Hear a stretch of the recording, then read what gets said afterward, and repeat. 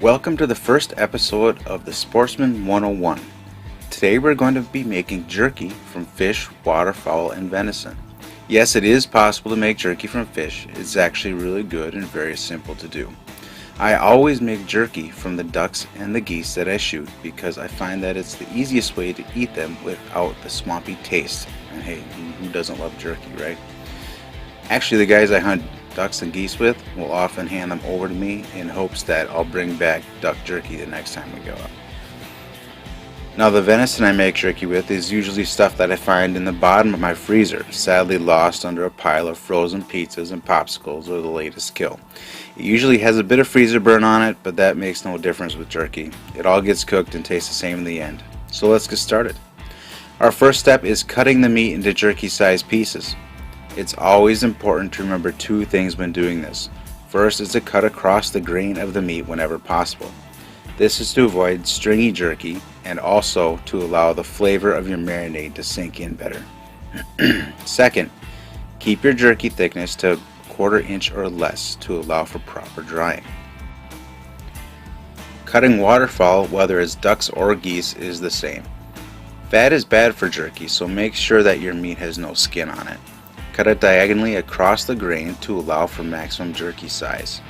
Remember, this is your last chance to dig out any of those stray shot pellets that may be in your meat. Please double check it to avoid any nasty surprises. Your fish is the easiest to do. In this video we're using panfish, largemouth bass, and northern pike. Panfish fillets do not need any cutting. For larger fish, just cut them up into your desired jerky size. I most often do this when I fillet them. If you plan on making jerky that's extra crispy like I do, you do not need to worry about the annoying Y bones that are in larger fish such as northern pike. They'll have the same brittle consistency of the rest of the jerky.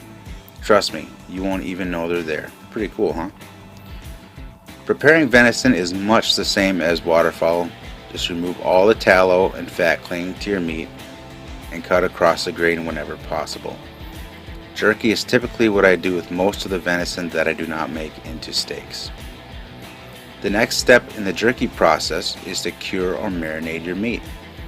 What you do at this point is what will affect the taste of your jerky, so your preference is key here. There are thousands of great cures and marinades out there, only a Google search away. I encourage anyone watching this to share their favorites in the comments below. I, however, will be using my favorite pepper marinade mix made by Wildlife Seasonings. I use it on all my jerky, and no, they don't pay me to say that. They don't have to.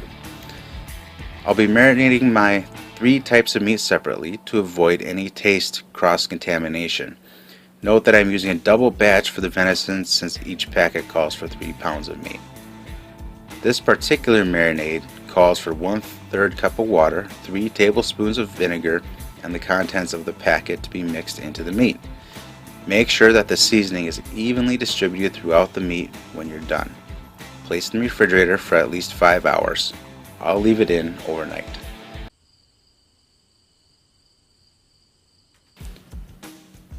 Good morning and welcome to dehydrating day. Start by pulling your meat out of the fridge. Some people prefer to use their oven to make jerky, but I'll be using my Nesco food dehydrator for this leg of the process. Place your meat in an even fashion on the trays of your dehydrator. Now, I've never put fish, waterfowl, and venison in at the same time, so I don't know if they'll affect the taste of one another in the end, but I'll certainly let you know if they did or not. Switch your dehydrator onto the meat setting, which will be the highest, and dehydrate for at least 5 hours. Like I mentioned earlier, I prefer extra crispy jerky, so I'll be running it for 8. When time is up, remove your jerky from the dehydrator racks and allow it to cool for a while. Your jerky is now complete. Congratulations. Now, if you plan on storing jerky long term, it's important to remember that over time there are 2 things that can spoil jerky: moisture and air.